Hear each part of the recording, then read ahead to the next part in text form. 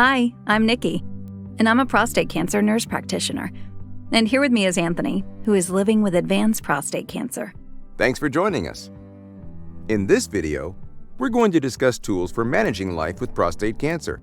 Living with prostate cancer means that patients will be monitored for signs that the cancer may be progressing and assess if it is time to treat the cancer or consider a different treatment plan. But for all patients, an important part of living with prostate cancer is follow-up care. This may include disease monitoring and managing symptoms and side effects, as well as emotional support. And, in some cases, creating a survivorship plan with your team. Let's start with disease monitoring. This may include regular exams and testing to keep an eye on your disease progression or recovery. And your individual situation and risk will determine the frequency of your appointments. And for patients like me who have had treatment, managing short and long-term side effects is an essential part of living with prostate cancer. One issue that can be challenging for some prostate cancer patients is the impact of treatment on a patient's sexual function and self-image. That's right, Anthony. It's important to note that there are options that may help manage certain side effects, but you have to talk about them with your healthcare team. While bringing up sexual side effects or bladder control issues to your provider may be difficult, it's the only way your team can assist you. In my case, I found it easier to communicate my sexual issues in writing, using the patient portal. Plus, don't forget that care partners can be a resource to help bring up difficult topics.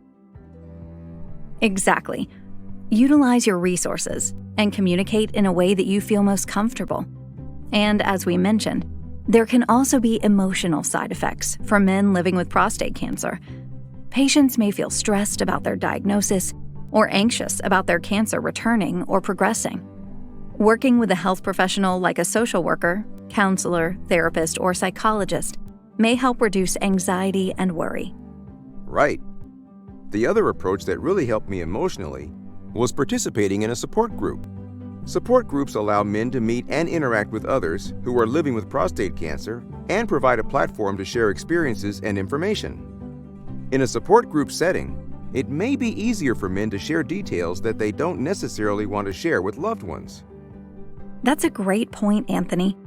Studies show that participating in a support group can help cancer patients cope with anxiety and depression. It certainly encourages me to know that other men are facing similar challenges. While my support group meets in person, there are online options for people who prefer to connect in a virtual setting. But as much as it can be reassuring, the support group format isn't for everyone. Talk to your social worker or counselor about additional support options to find an approach that feels most comfortable to you. Now that we've walked through disease monitoring and resources for emotional support, let's talk about survivorship. Nikki, what is a survivorship care plan? Sure. A survivorship care plan organizes your follow-up care.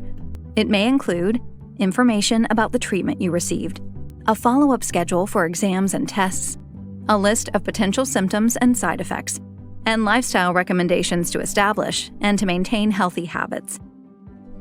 Your healthcare team, along with a care partner, can help you develop and stick to a plan. That's great advice, Nikki. Now that we have learned some tips for living with prostate cancer, what can you do to participate in your follow-up care? Make sure to schedule and keep regular visits with your team, including your general practitioner, so that all aspects of your health can be monitored. Report any new symptoms that you experience, no matter how small.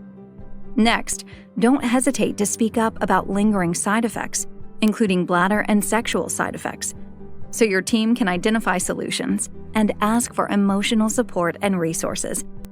Finally, if it's right for you, talk with your doctor about a survivorship care plan. Thanks for joining us.